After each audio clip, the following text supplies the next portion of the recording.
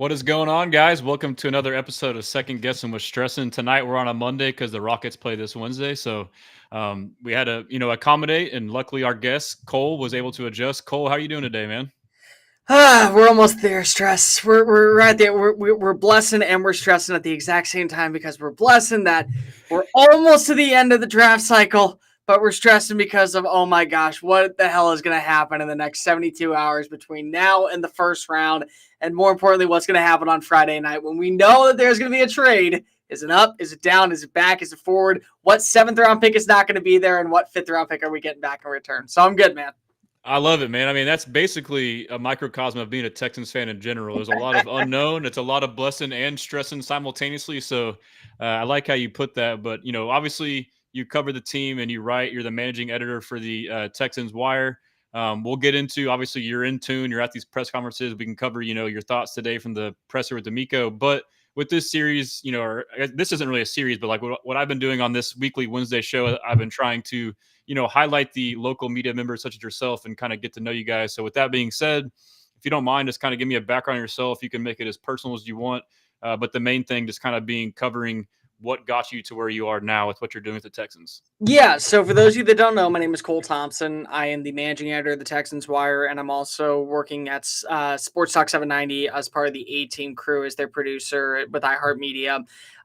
So I got very lucky. I knew what I wanted to do when I was a kid. Like, I knew pretty quickly I was not going to be built to play football. I'm 5'7". I'm 168 pounds. When I was in high school, I was 5'4" all the way up until probably my junior year, and then I had like a 2-inch growth spurt. So I knew that I was not going to be playing in the NFL or even in college football. So what was the next best thing? Let's get into sports. Let's get into sports talk. Let's get into sports writing. Let's learn the ins and outs about how to cover a team.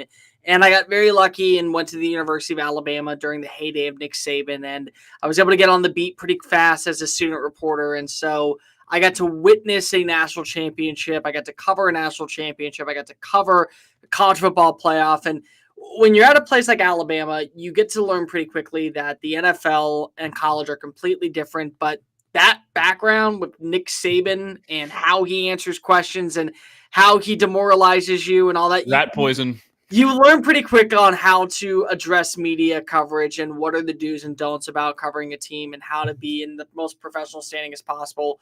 So like any college kid, you try to land a job immediately, and then I didn't. I wasn't able to find any work outside of like bare minimum high school coverage. So I freelanced a lot and I drifted. My pathway back to Houston was really interesting. I started off working for Monday Night Football on ESPN as a production assistant in 2016. And then a bunch of layoffs happened and I was right back at square one, and I was doing Starbucks shifts at 4:30 in the morning right off of Chimney Rock until about 2017, and I started working for the Astros while doing freelance work for initially Texans Wire and then a couple of other websites with SB Nation. And then the Alliance of American Football started in 2019, the first spring football league, and that was fun for a hot skip and a jump where I moved to San Antonio and packed up my life. And 4 months later, right back in Houston, trying to do more freelance work, covering college football and the NFL. And slowly I got lucky and I met the right people, and I got to do Sports Map Radio, which is no longer around, but I used to be able to do the national radio internet show. And that was a fun time in my life where I was up every morning at 1 o'clock and on air from 2 to 5 and back to sleep on an air mattress inside that studio until 7 a.m. to wake back up, go work out, and then ride all day covering the Texans for multiple websites. And then luckily enough, Texans Wire, Mark Lane, big influence in my life, somebody that always believed in me and gave me an opportunity, sadly passed away, and then said, if anything happened to me, please give Cole the job. Passed away, got a phone call from Gannett, and they said, this is Mark's wish. You're here. And for the last year, I've been doing that. And then recently got hired at Sports Talk 790 to go annoy Adam Wexler and Adam Clanton. So that's been my livelihood. I love what I do for a living. More importantly, I love that I get to work in the media realmscape and be living a dream that I've had since I was 16 years old, knowing that being able to cover the NFL and cover football and cover this sport has been a blessing. And I'm very lucky that still to this day, I find the joy and the passion on what I do. And I think that's kind of the biggest thing that I tell anybody in life is that money will come and go, livelihood will come and go, nights out with friends will come and go. But as long as you're doing what you love and as long as you're still finding joy when you wake up in the morning and you're not complaining about having to travel or having to be inside of a building or having to deal with the nonsensical work with it, you always are finding, I think, your passion. And for me, that's what this has always been, is that I get to cover a team through the good times, through the bad times, through the highs, through the lows. I got to be here for the Lovie Smith era. I got to be here for the end of the the Bill O'Brien era. Got to be here for part of the Bill O'Brien era. That was good. And I'm able to see a team that I've enjoyed so much, figuring out how they continue to get to the next stage. That's awesome, man. So, I mean, basically, I love that you gave that. You gave us pretty much all of it, and that's what like, as I've done what I've done. I say this every time. People probably get tired of hearing it, but like, I've learned to have a much greater appreciation for people such as yourself. Not to say I didn't before, but like, now that I've kind of am doing something that's, somewhat aligned with what you guys do. So I have a glimpse into like, okay, these guys work their butts off.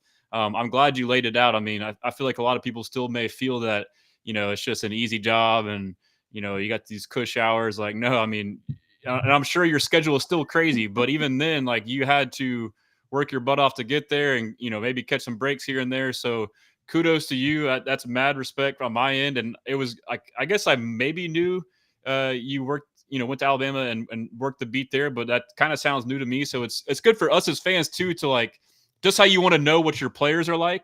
It's nice to know the people reporting on your team, their background. So now you understand their voice, their style. So that's part of it too. But congrats on the gig with 790. Is that new? I noticed that when I was looking at your bio today. Yeah, it's I'm gonna be a month Thursday working for them. So I've been double grinding. I have been learning how to get back on the boards and how to make sure that you produce a show properly while also still writing 7 articles a day. So life is busy, but it's fun. And like, my big thing is, like, also, I respect anybody that wants to get into this industry because of the grind and the hustle that it takes. And the thing that I try to tell people all the time whenever they're breaking on in, number one, if you just want to be all about the money or all about the clicks and all that, this is not the right field for you. Like, and it's not to be disrespectful to anybody, but it's a grind. It really is. The work that people do on YouTube, whether it be you or what Landry's doing or what Cody Stooch is doing, and the rapport that they've had, and they've been able to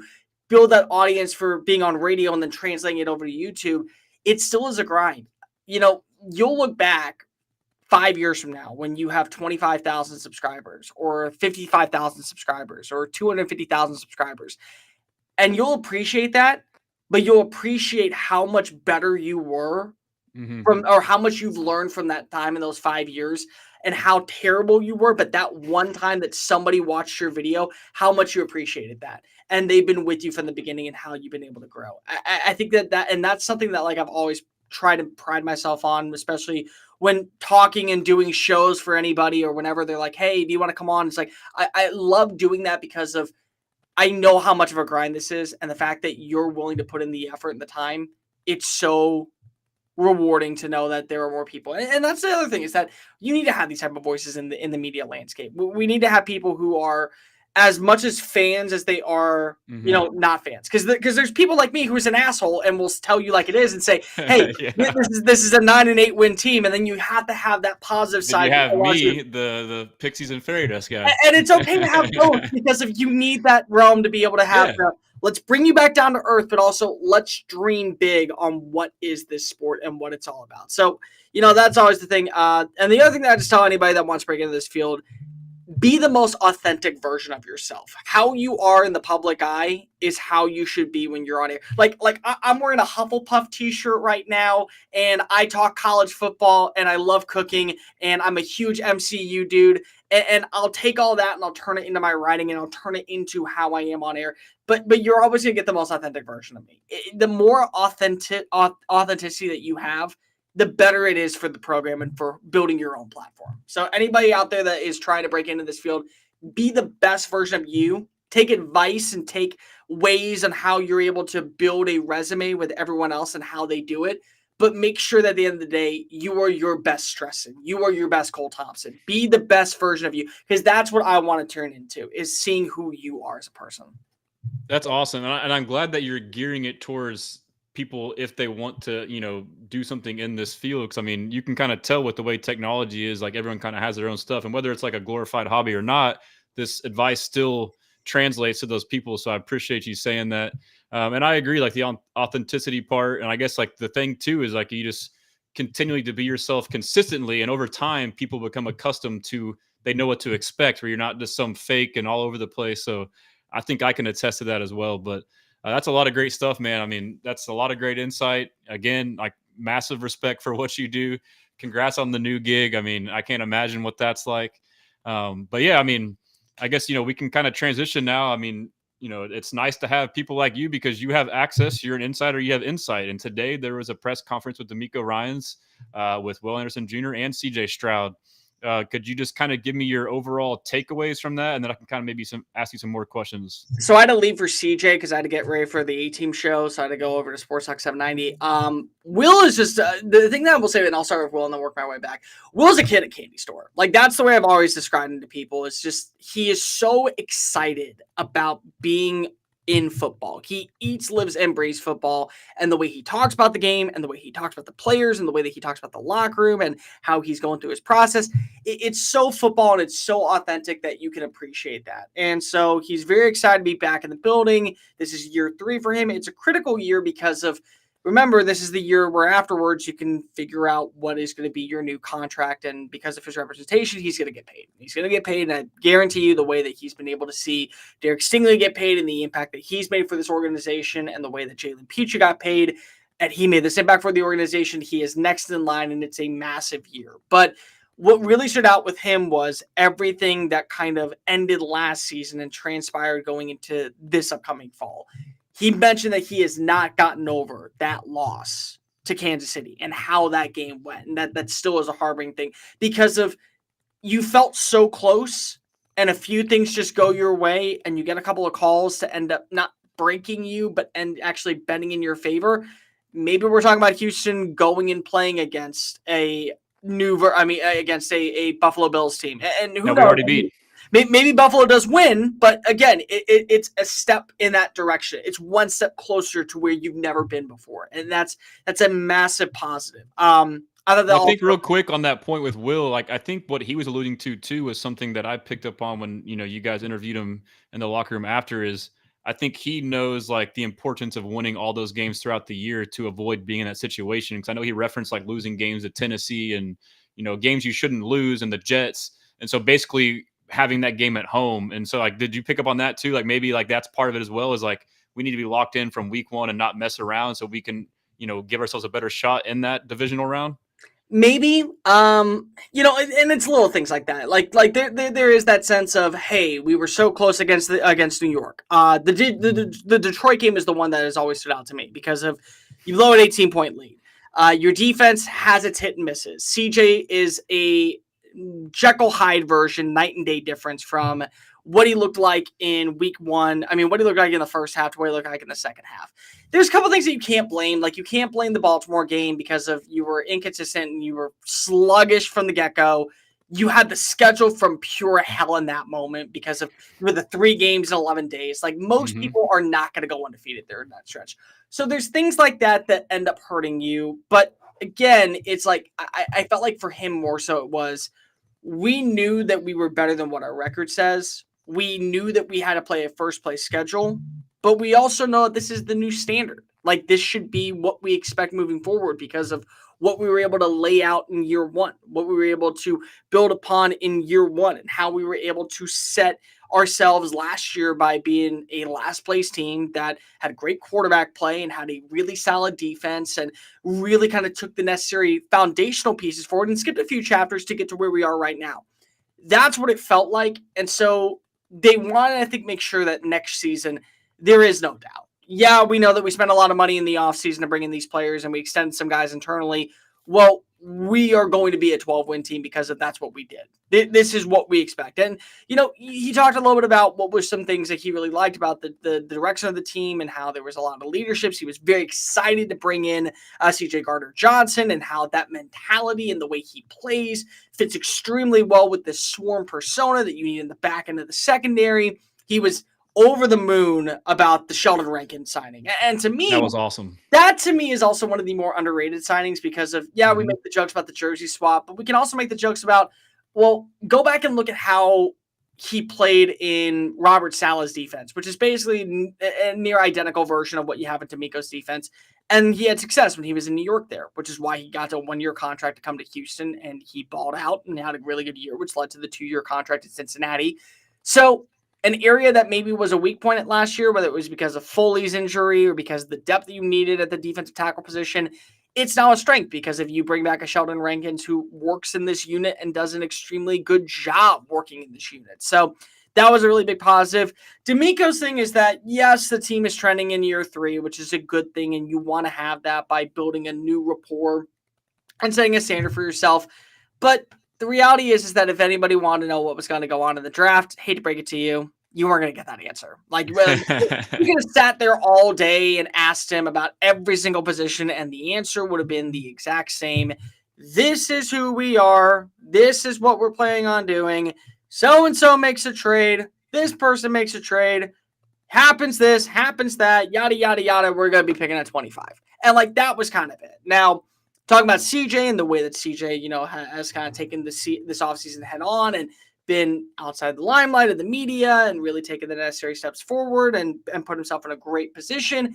Those are things that I think that, like, you can take away. But for the most part, it was a welcome back kind of, not an introductory, but like you're shaking hands with the right people and like it's a first day of school feel. We're just getting our feet wet, voluntary workouts. It's nice to have everybody inside the building. As for the draft, talk to us Thursday night after we make the pick. Talk to us Friday night after we make the pick. Yeah, and I think too, like, it's got to be tough. Like, first off, like, y'all all do a great job. I had Big Sarge on last week, and we kind of went through the ringer and talked about most of the people, and talked about how y'all do ask great questions, insightful questions, and like you mentioned, like y'all are trying to get like something for us fans that y'all can report, and y'all are like getting creative with your questions, but they still are like bulletproof on getting them to say anything. But what I will say though with the draft is that. The stuff that they do say, I think they genuinely mean. Like, from what I've observed, I've heard Caserio and DeMeco over the past month or so basically say we let things come to us and we don't, be over aggressive. And basically, and from my observation, is Caserio likes to signal like, hey, I'm open for business. Like, anybody hit me up. I'm willing to look at every deal and I'll just take the ones I want. So rather than us being the ones of need or, desperation, you find someone else that's in desperation. That's where you get your value. Is that kind of what you think? And so is that fair for them to say, like, we don't know exactly what we're going to do because it depends on what happens? Well, I think it's fair to say you don't know what you're going to do in this year's draft because I don't really know what to make of this year's draft. When you look in years past, there's been certain players that you're excited to see fall to your range in that 20 area, or somebody that you think that you're willing to trade back for because of you feel really good about the depth in this year's draft. For me, there's a couple of big breakout guys that I think are going to be pretty significantly household names, and we should expect them to hit the ground running when they make it to the NFL. And then you have a giant drop-off. Really good depth pieces, really good guys that you can bank on their traits that I think are going to eventually stand on out and become pretty overall quality players in the NFL, but nothing to separate yourself. Like when Will Anderson came out, everybody knew Will Anderson was going to be a star. Everybody that you talked to knew that in the right system, he was going to hit. There are some guys that I say to myself, well, he's got to be in this system, and there are still some flags. We're talking about the edge position just specifically right here. Mike Green, really good edge player at Marshall. Now, will that translate from Marshall over to the NFL because he wasn't playing against P4 competition?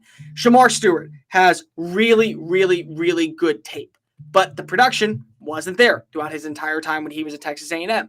Abdul Carter is one of the very few exceptions to the rule. So it's like, are you going to see those type of trades happen? And then if you don't see those type of trades happen, what's going to be the run on the positions to where you feel like that you kind of have a good inclination on where you are, who you're selecting, or what type of position you're selecting? Because everyone's trying to focus in on what do the Texans do?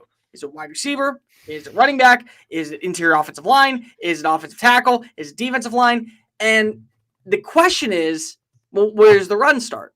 Is it going to be offensive tackle, and then we see Will Campbell go and Armand Membo go, and then somebody takes Kelvin Banks inside the top 10, which means that pushes up Josh Simmons. That pushes up Josh Connerly. Do you see Gray Zabel go off the board in, say, pick number 13 to Miami, which then changes the plan for Seattle at 18 to where they take Tyler Booker? So it's little things like that to where I genuinely think that this is one of those years where you'll hear the BS and like they'll say, oh, we don't know what we're going to do. And you kind of have a good understanding of what you're going to do. I don't know if they do right now because of I don't know where the run happens at each position and what makes you feel like maybe we got to move up to go draft an offensive lineman. We got to draft. Maybe we can move back and still get a guy like Donovan Jackson at pick 32. Maybe we can stand pat and draft a wide receiver like Emeka Egbuka and be happy. Or maybe Matthew Golden is going to fall to us. Like, it's one of those things where anything I think is actually on the board this year at 25. And I guess regardless too, like again, they give you this cliche talk that, they basically have their board and their guys that they like. So basically it depends on their board and the guys that they like relative to how the draft is going, which you just mentioned, like you just rattled off a bunch of O linemen that could start, like it seems like each year, like you just never know, like when this trend's going to happen, like one team takes one position, the next thing you have a run on those players. But it does seem like there could be a run on O linemen in the first round. So, I mean, if that's the case, they could move up to get a guy, or you would get a Donovan Jackson who you thought might have been in the late first, early second, might shift around. So I agree. I mean, it's tough for them to say. And then we'll just go back to this. I know we talked about it before the show, and you mentioned to it at the beginning of the show. It's kind of like frustrating for you, and I agree with this. And this is why I don't do a lot of mock drafts. Because mock drafts are terrible, dude. They're so bad because of this reason. Well, I can't do it because every time I go, like I was like, I don't want to draft this guy here, but I also, if I don't, I can't get him later. And it's like I have to trade. I know Nick's going to trade here. It's like I can never finish a draft because I never want to overdraft or underdraft a guy. So to your point, like you think there's obviously Nick has a trade history, and he's either going to trade up or trade back. Do you have an inkling of which one you would expect more than the other in the first round? Right now, if you were to put a gun in my head and tell me which way do you think he's going to lean right now, I would say trade up. And the reason I say that is because of you got to guarantee that I think you walk out with an offensive lineman. Like I, at this point, would be 90-10 split offensive lineman versus wide receiver in the first round. Now, that does not mean that they don't take that 10% and run at the wide receiver. It's like a Matthew Golden falls to 21. Go ahead and move on up and take him. Yep, call that and just be content. Because if you may be able to land a guard in round 2 that is really well put together, you may be able to feel like that you can land a tackle like an Ozzie Trapillo at 58. Maybe that's a good enough move where you may not land a guy like a Matthew Golden at 21. But like it's one of those things where it has to be the right player. Outside of that, you have to take an offensive lineman. And if you start to see a run and then Campbell's off the board and then Banks goes off the board and now you got to get Josh Simmons, who, even though, he's coming off the patella injury, you talk to scouts and you hear the way that people are praising his tape and what he is as a player. He may be the best offensive lineman in the draft. You have to make that move.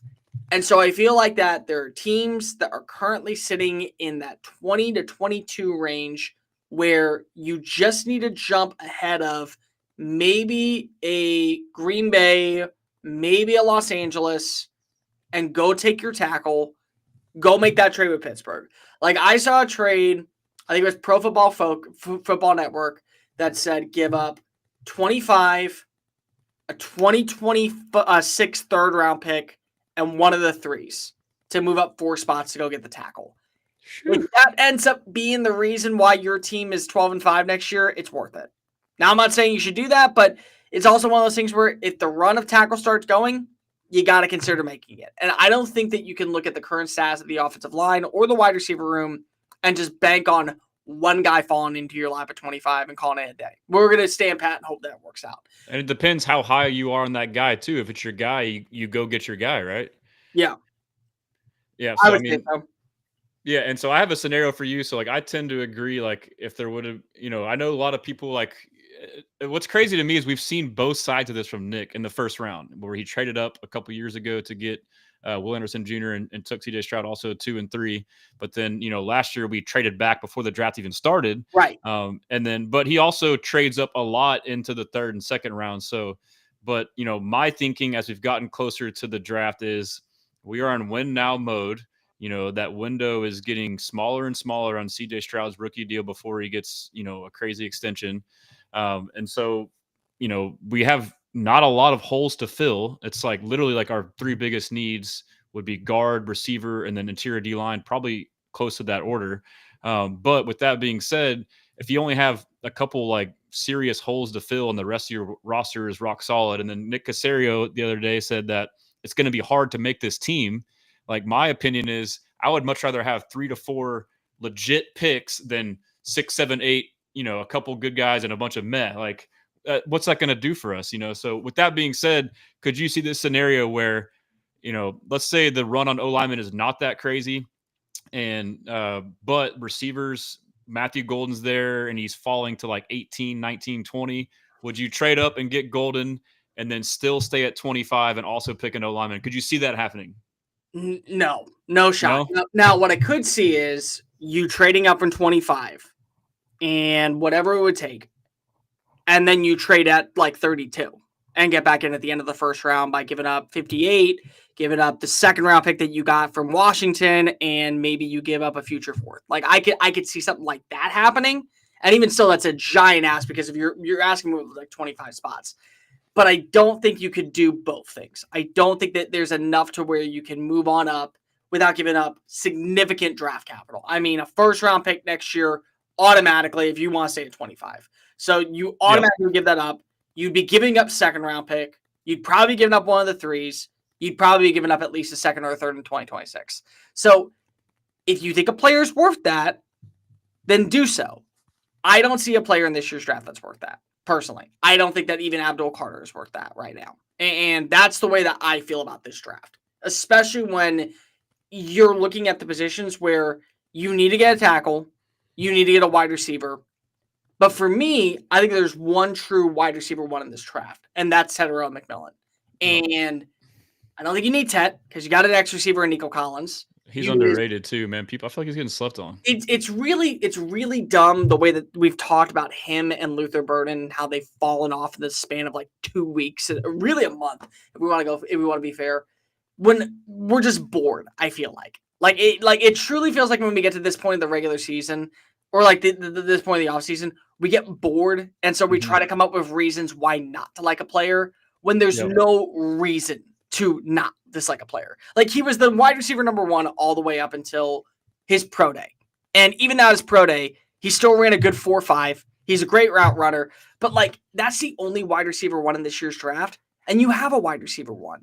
So if you're trading up for a wide receiver at 18, what for a wide receiver 2, and you're giving up all that draft capital when 2/3. I mean, when you can really find a good quality number 2 option in day 2. Yeah.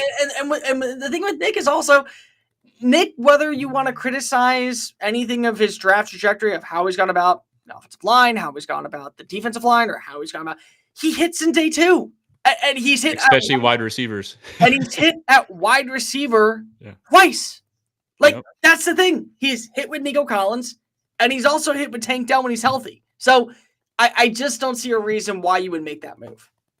Yeah. And so, like, I explored it just like as a thought exercise. And, like, I went based off like the Jimmy Johnson model. And what I came up with giving up was, if you wanted to keep pick 25, you would trade next year's first, which, a lot of GMs, when you trade a next year's pick, they basically add a round to it just because the, time value.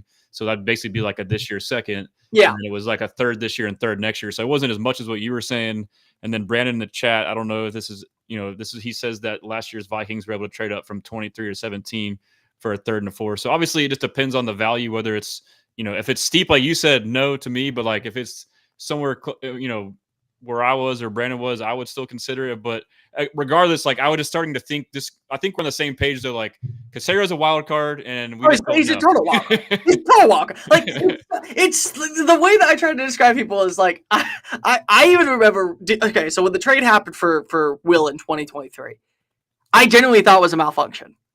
Like I genuinely thought it was a malfunction, that it wasn't real. I didn't believe it because I thought there's no way he's doing that. But he was willing to stick to his guns. And I actually really liked the trade last year. I did. I'm also one of those people, Stress, that is in that range of, I don't see that much of a drop off between the player that you're going to get at pick number 25 and the player you're going to get at pick number 42.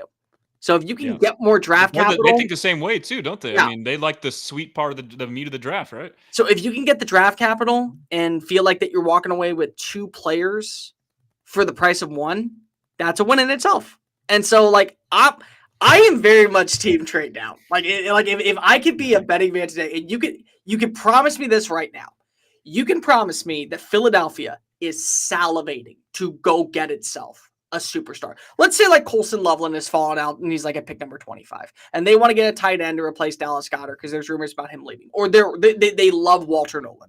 I've spoken to some people in Philly. They like Walter Nolan a lot. Of course, they love a defensive tackle. Of course, they love it. He's not from Georgia, but he is from the SEC. So that works. But let's just say that you're okay with getting a defensive lineman in round 2, and you're willing to move back, and you're willing to go to 32, and you can get Donovan Jackson at 32. You promised me that I'm walking out of round 1 with Donovan Jackson, and I get that 3rd round pick to move back 6 spots. If I do that, yeah, I'm content. That's a win in itself. That is such a win in itself. Brandon brings up a comment. Picks at 39 and 41 are tempting. I've done so many mocks where I have traded with New England to 38 and just been content there and taking Tyler Booker there. Because if he falls and he's in round 2 and I get a 3rd round pick, and I have now 3 3rd round picks to work with and 2 2nd round picks, I walk up with 5 players on day 2. I mean, that's a win in itself. Because of the value of what I'm going to get in certain players, I think is at that same range. And it also allows me to kind of open up. Because I don't feel like, because how people are arguing that you got to go get an offensive lineman at pick 25. You got to walk out of day 1 with the tackle, a franchise guy to replace Larry Tunsil. It opens up when you're on day 2. Like the way that the mind works, hey, wide receiver versus a round 2 tackle. Whether or not it's fair, I think that people look at it completely differently, where you don't have to pigeonhole yourself into taking a player. Well, and you make a good, or you remind me of a good point too, is like my observation, and I'm sure you might agree, but Nick Caserio seems to be a value whore. He's all about value. Like rather than like, he just, no matter what, he does not want to overspend. He just wants that like to get a good deal. So to your point, if they were to trade back and get a pick in, in day 2 and, 2nd, 3rd round, that would check that box. And then I would argue too, like another reason why that's good is because of, they feel like they have an eye for talent. And part of that value is they get guys that get passed on mostly because of the RAS score bullshit, over, analyzing a guy's combine numbers, Kamari Lassiter last year. And then also too, it's like, I think, if you can draft good enough, like our coaching is now good, at least on the defensive side of the ball. Oh yeah. To where you could get a Kamari Lassiter, Kalen Bullock, and get more than what their value was. So hopefully that's the same on offense. And I guess for the offensive side of the ball, do you think that could happen this year with now Nick Caley, like that we could get more out of somebody now that we have a new regime with Nick Caley? I think it could. I don't think it's far-fetched. Cody Suits has a really good question about, does Nick Caley's system change the way you go about your offensive philosophy with what you had from previous years and how you looked at it with Bobby? And I don't think it's entirely wrong. What I just think is that at the same time, they're looking just for good players. And so they want to make it fit for the system. The problem is that last year with the offensive line with Chris Strausser, it didn't fit the system. And you saw regression set in for multiple players and ultimately led to his firing. And Cole Popovich's promotion is more so because of the relationship he has with Caley. So if Popovich was as advertised as a really, really good run game coordinator and is able to build that rapport along with Caley, maybe it can. I mean, I don't think it's that far-fetched, but I just think right now when I look at it, I'm still going to have my questions, and I'm allowed to have my questions when it comes to the offensive line because of you did promote internally. It was ultimately an internal promotion from Popovich, who at one point we didn't know if he was going to be back this year, but then the relationship with Kaylee and him in New England, it ended up happening out. I don't think it's so far-fetched to say yes, like they can find the right players, but I'm cautiously optimistic. I'm not when it comes to defense. Like DeMeco makes a pick, that guy I think is going to be a stud at this point because if it's proven now multiple times, and that stud may end up being a role player. Like Henry To'oTo'o was a 5th-round pick. He had a really good year last year, but even if he is a guy that only plays 25% of snaps, those 25% of snaps are going to look really, really good because DeMeco knows what he's looking for in those players. And I want to get to that level where we're going to have to get a proof of concept. Doesn't mean you can't land a good player for the offense, but the same way that you feel comfortable with the defensive player coming to DeMeco, I'm not sure we're there just yet. And that's okay. It's literally year one for a coordinator that is a first-time coordinator. You may not get that feeling right now because of it. And that mindset and logic was something that I believe too. Like, with that mindset of like, okay, DeMeco can maximize. We know for sure his coaching can get more value. Then that just gives you more reason why to draft offense sooner and then find better value defense late, which we don't have as many needs too. So we got a question from Sideline Sarah. She says, Zabel or Booker? Hate to be the bearer of bad news. Anybody who's still mocking Gray Zabel there at 25, I just think that you're completely wrong. And that's wrong of me to say because of it's not right. Because I love Zabel's tape, but I don't think he's going to go after a small school prospect. Like that's just so this isn't your personal preference. This is you thinking of how Nick will draft. Yes, that's the way I think. Look at the last 3 first-round picks that he has made: LSU, Alabama, Ohio State. Look at the second-round pick he made with last year's draft, Georgia. Look at the first few picks in every round. Houston is technically the quote-unquote small school because it was a G5 school at the time before it joined the Big 12. That's his only one in like the entire draft, right? And then you could throw in maybe Tegan Quintoriano at this point because of where Oregon State was, but Oregon State at the time was in the Pac-12. I mean, like every single move that Nick makes, it's a big-time school. So it's Booker because of history says he'll go for the Bama player before he'll go for the North Dakota State player. And the question was asked last week about small school players. And there was a reason I specifically asked that question was to see. That was you. That was a great question. If we could get just a little bit of insight. But you even asked specifically on the O-line too. That was awesome. Yeah. And I made sure that it was, I made sure to phrase it properly to see if there was anything. You did. Now, don't get me wrong. He's also been a part of draft rooms that have gone after small school players in round 2. Because Kyle Duggar was the name that he brought up. He went to Lenore Ryan. That's a D2 school. He was like the 39th overall pick. So I'm not saying that if Zabel were to fall, if the Texans were able to move to 32 or even into round 2, and Zabel was there in round 2, I could see a scenario where Zabel or Booker, maybe you make that call and say, Zabel offers this that Booker doesn't. We're going to go after Zabel. But if it's 25, I don't think that they're going to take Zabel. But to be fair also, I don't think Zabel's going to be there. Like, I think Zabel is going to be off the board in the top 20. That's how talented of a player I think he is. Yeah, so it sounds like we're similar. Like, I mean, and if I had to personally pick, it'd be a coin flip for me. But I mean, I've loved Zabel since day one, and then you see him, obviously in the Senior Bowl, him standing up to competition. But yeah, I mean, that was a great question by you. And after I heard his answer to your question, like I've had the same mindset as you. Like he is out on Zabel. I mean, just the way he talked, it sounded like it was too much of a risk. And that got me to kind of shift my thinking too, is, we're in this win now mode and guard is probably our one spot that we need the most. And so like my thinking is like, if they're going to draft a lineman in the first round, it's going to have to be plug and play, which would be Zabel. I'm sorry, Zabel would be that, but he's FCS. So it would be Booker or Donovan Jackson. So am I wrong for over analyzing that and thinking that they don't want to get like a project? Because he was also asked that same day about guys moving positions among the O-line, and he kind of gave a similar answer to an FCS guy in the sense that like that's also a risk with the unknown, and it sounds like they want certainty, like, okay, this guy will go here to here.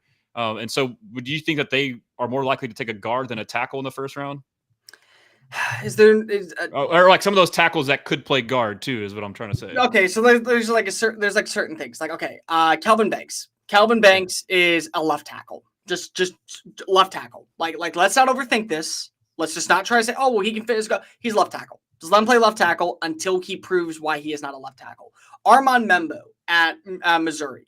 He was a right tackle. He's played right tackle his entire career. And now people are saying, well, let's just go ahead and switch him over to the left side and see what happens. It doesn't work that way. J.C. Latham is the epitome of this example. Last season, Tennessee took him 7th overall. They put him on the left side of the offensive line for the first time. Everyone was like, well, let's go ahead and see what happens when he goes to the left side of the offensive line. It'll be fine. Bill Callahan's the offensive line coach. Nope, it was awful. Guess what? They overspent money this offseason to go get Dan Moore to then move him back to the right side of the offensive line because they have to make it work. So, like, there's the other thing too to think to the context is like we don't have like some teams could do that to have time to figure it out, but we're in win now with a O-line that needs to be improved. So like we can't be just going with risky things is kind of my point. Yeah, like okay, Donovan Jackson though, perfect example. Donovan Jackson's a guard. Like he filled in at tackle last year because he was the most experienced player on Ohio State's offensive line, and they were going on a run for the college football playoff. But most people you speak to, they're not looking at the film and saying, well, he played amazing at tackle in the Big Ten last year. Let's go put him at tackle in the NFL. No, they're saying we're going to play him as a guard. So like there's certain players that fit that mold, and you find out pretty quickly like who fits in where and if they can make that transition. But then you also find out pretty quickly, hey, the competition they were going up against, the level of player they were going up against, this is somebody that needs to probably shift inside to guard full time. And it ends up working out. Now, if I have the preference of taking a guy like I'm looking at a dude that has never played a snap at guard, but I think he can transition into guard really well at the NFL level, or I can get a proven guard that has shown me that he plays guard at the college level, I'm taking the proven college guard 10 times out of 10 because I know that he can play guard. I'm banking on the traits of a guy not fitting the tackle mold to shift inside to guard. That's where I have the issue. So those are like some ways that like my brain works is I'm drafting you to play the position that I saw you mostly play in college, unless there's a reason why I can trust that you're going to make that transition with ease.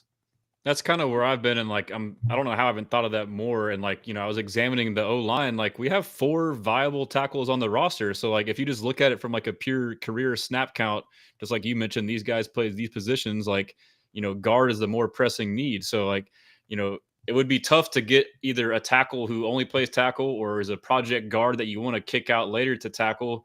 I mean, if we're in win now mode, and so it sounds like, that's tough too. Like if there was, obviously we don't think Kelvin. Yeah. I agree with you. That's the other thing is that you're in win now mode. So you got to go for players that can fit the system for right now. Yeah, and that's how they've talked about too. Like it's all about how they fit in our system, and you want to. So we can go on and on about that, but I got to ask you too because I noticed today you asked a couple questions a couple different times about EJ Speed. So what are your thoughts on EJ Speed?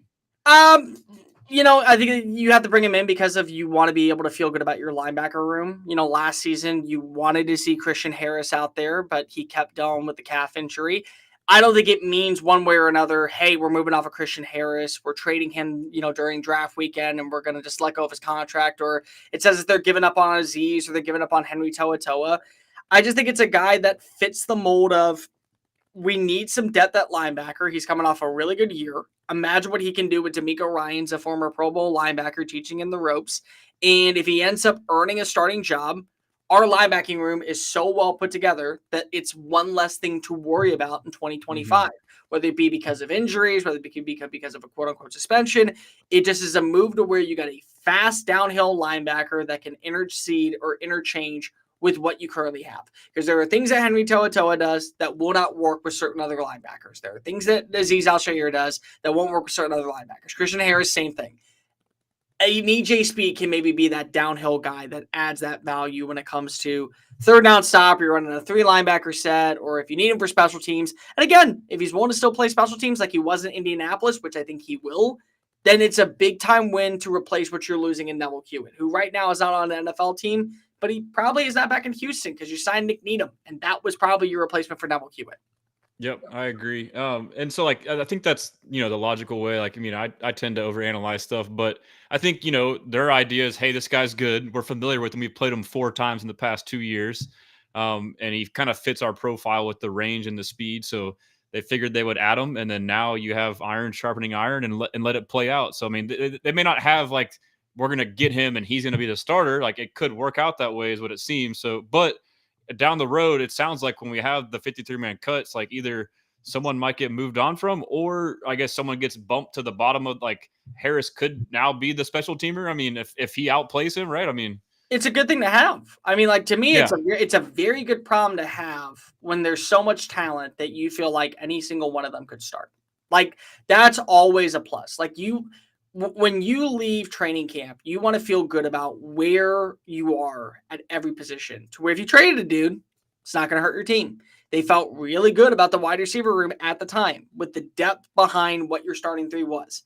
And then, unfortunately, that was preseason. It didn't translate to the regular season, but they felt good about it. They felt like it was challenging to make that cut on who was going to be the wide receiver they kept and who was going to be the wide receiver they let go, whether it be Robert Woods, whether it be Noah Brown eventually, whether it be Xavier Hutchinson, they trade John Mechie. They felt good about the 6 players that they kept. They felt good about who they let go of.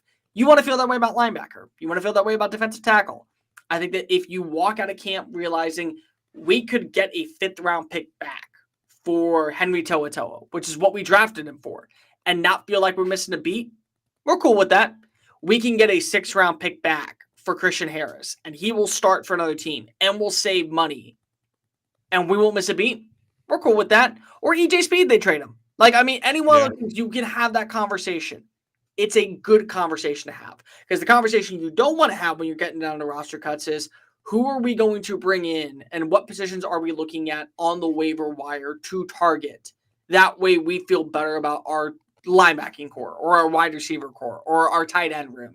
So that way we have to add somebody. You want to rather feel like that you have to subtract players than add players at the end of camp. That's a great point, and that's a great way to look at it. And, the point you made, like, is anybody can be expendable. And that's something I've had to, like, open my eyes to. Like, I've had this perception of DeMeco being loyal and not doing risky things. And maybe he kind of was that way, but, like, ever since I feel like that KC loss, like, him and Nick, with the assumption that they're under pressure of this CJ Stroud window, is like they've gone like scorched earth. Like, obviously firing Slowick, which you could have made an argument to keep, trading Laramie Tunsil, cutting Shaq Mason, your loyal vet, trading Kenyon Green. Like, they basically have signaled to me that, like, anybody is, liable to get moved on from. And so I wouldn't be surprised if any of those guys got moved on from. Like, have you kind of gotten that same sense now? It's like before you might have been more guarded about what they would do, and now you're kind of like, if you told me that there's one less linebacker in that room that we saw from 2024, I won't be shocked. But the question is who, and also what's the value for it? Because again, you have Azeez signed to a 3-year deal. I mean, are you taking a dead cap hit, or can you just knock him out because of that 3-year contract has him safe, secure? He's not going anywhere for 2025. Is that the way you feel? Do you feel like that you're going to get good value back for Henry, who took a major step forward? And the other thing is that, do you think that Henry's only going to get better? Because of, you can feel like a player is improving 1 year and then immediately they just fall off a cliff and their value is completely gone. Like, so many people are upset about the Laramie Tunsil trade or happy about the Laramie Tunsil trade. So I try to find that common ground here. Here's the common ground. Your offensive line is going to be worse because of you're losing Laramie Tunsil in pass protection. It simply is. It's going to take a step back because of he is still to this day, I would say, a top 5 pass protector in the NFL. It's going to take a step back.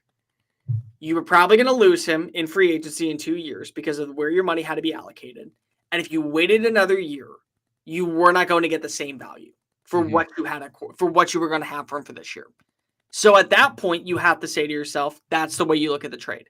You're getting value back for a player that you're not going to have around for the long term to make sure that you're in that spot. So the same thing with linebacker. Do you feel like that Henry To'oTo'o, you can live without him? Or do you feel like that he's hit his ceiling and that's the peak? You better trade him now before you get nothing in return. And it ends up hurting. And only they know that.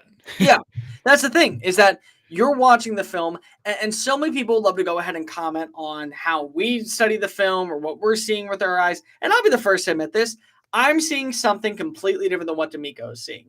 I will never go toe-to-toe and say on this certain play when you're running this coverage, I have no idea what specific coverage you are running. Now, I have a good inclination on what you're doing, but you may have said, oh, we sent him to, we were supposed to send him to A gap on the left side. He went A gap to the right side. And I don't know that. What I know is that here's where he looks, and this is where he's playing. So they're looking at film, and we could say Henry had a good year last year. He took such an amazing step forward.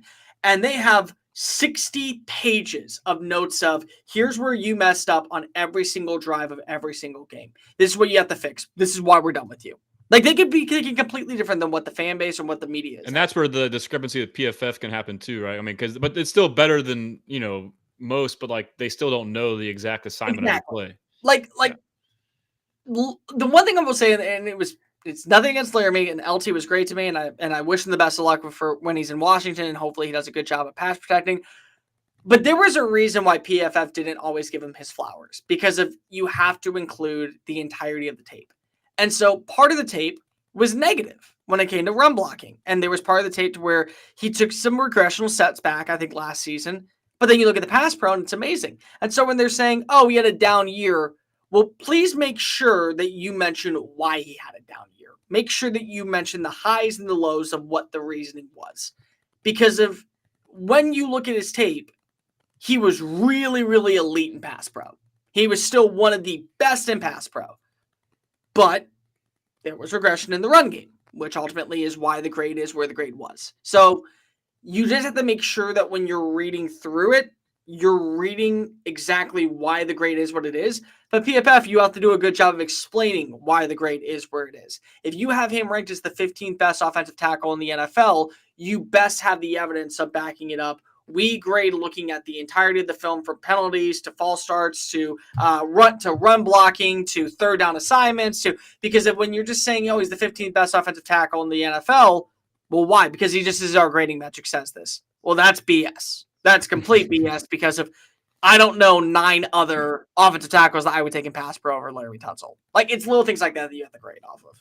Yeah, I mean, that's great, and I agree. One more question for the draft, I guess, thought of it is, we talked about trades. What are the likelihood of some players being involved? And some players that I've identified just financially that makes sense that could be on the move.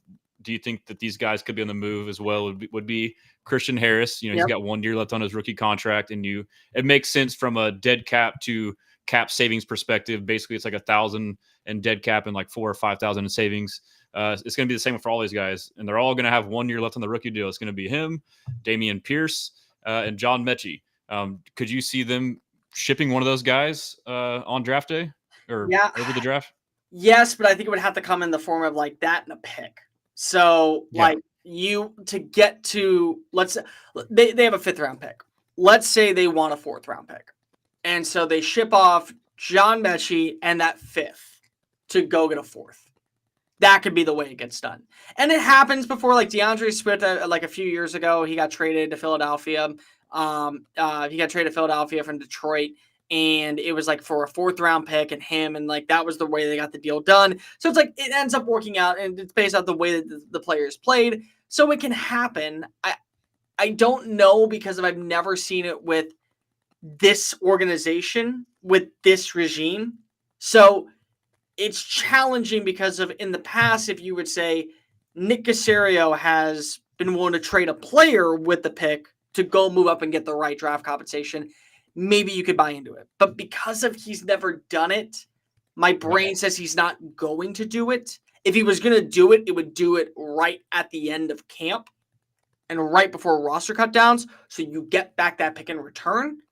But that would be it. Like, it's really. But their value may be less than if they kind of know you're vulnerable, right? Like, you're kind of screwed. You need to offload them. So again, you could be getting out in front of it. So like that was the thing, is that you could make it to where like Joe Milton was a perfect example. Joe Milton got traded this offseason. You traded him because of his value is probably not going to be any higher than what it is at this point. Like what the value is to get him off of your roster, knowing that there's a chance he potentially starts. Probably doesn't, but he's a really good backup, and you get the draft compensation in return for him. It's a win. But that's also kind of what you do when you are looking at it from a preseason perspective.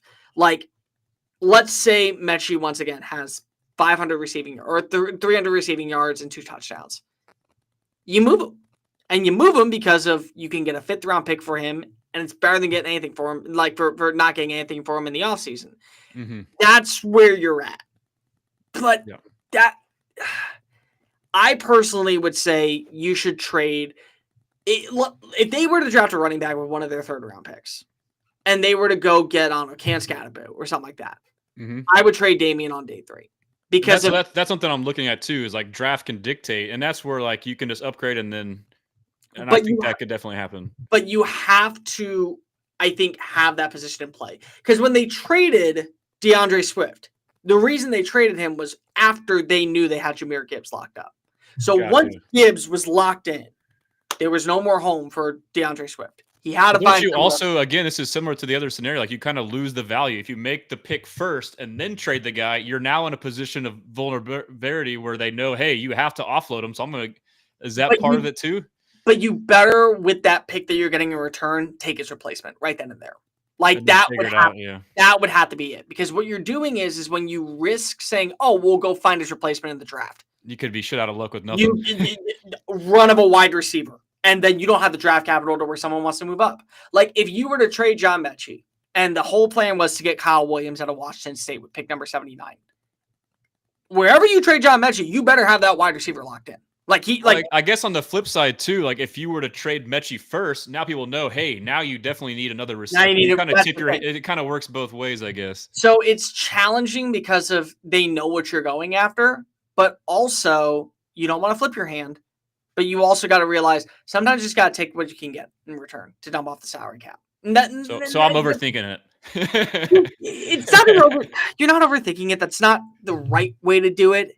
Yeah. But it's like it's not as easy as it's not as easy as it sounds, which is why you rarely see trades on draft weekend because of it is challenging. Because if you do want to get the right draft compensation for somebody, like with the AJ Brown trade, that was just kind of a historic move. But also remember when that trade happened, they took Treylon Burks with that pick. So it was like you knew immediately Tennessee. But there was risk, which I mean, major risk. Would have been better for him because the pick sucked. But no, there was major risk for Tennessee because of not only did it lead to John Robinson's firing and Mike Vrabel's firing and Treylon Burks not hitting. Look at what AJ Brown has done in Philadelphia. Yeah. Like that's the risk. They projected though, like they traded a big X receiver away. Everyone knew they were going to draft him there, and they still got him somehow. But I mean. You know. It's one of those things where if you're making that type of trade and then you get that pick better be the position you take before the value goes down. That would be always my rule. Or if not, take what you can off the money, free up some cap space, hit reset of the position. That's always what I will say. If you can get a 6th-round pick for a guy that hasn't panned out as a 2nd-round pick, but with that 2nd-round pick, you land that wide receiver that's replacing him, just do it. Call it a day and just don't worry about it. That makes sense. And I think I'm kind of where you're at too. Like, I think those guys could be traded. But you know, there's not the history, but I'm trying to think differently because I feel like they're in a different mode, dude. Like I feel like it's hard to kind of keep looking at them through the same lens. So like, I'm trying to, relearn my way of thinking of projecting what they will do. But sure. Anyhow, it's been roughly an hour. I know you said you got up until 10:30. I actually got to run in like 5 minutes. So awesome. That works out. You got some more work to do, I'm sure, huh?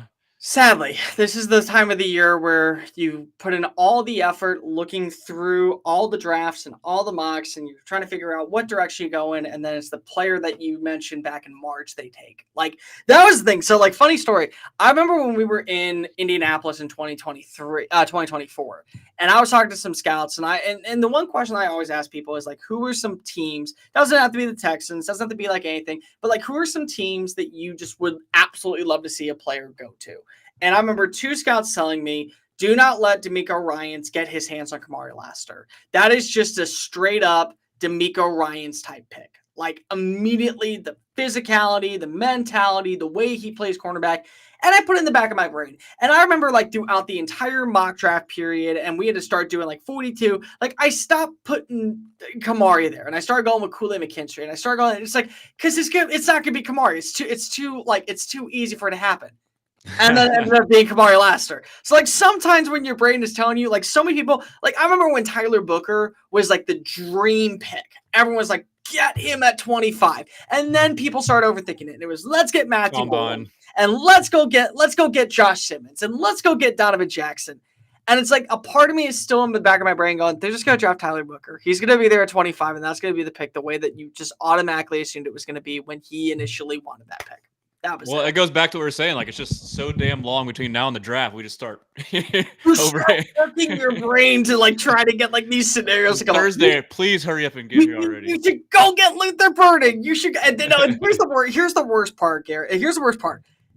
There are gonna be so many people that were all elated, so excited that Tyler Booker was in play for the Texans at 25. That will be the exact same people crapping on the pick when it is made. Because if you've had so much time to go from point A to point B, how many people I remember were loving Kamari Lassiter, and then they saw that 4-6 time and they said, we're getting a slow quarter, and now they're so happy he's here. And it's like, your brain just has so much time to think that it ends up hurting the way that you view the pick, and it shouldn't be that way. But we're 3 sleeps away. That's where we're at. That's right. Well, Cole, I appreciate you coming on. I know you're a very busy guy, and it means a lot for you to spend an hour chopping it up with me. And again, it was great to hear your background and story, and it's cool for me personally to get to know you better.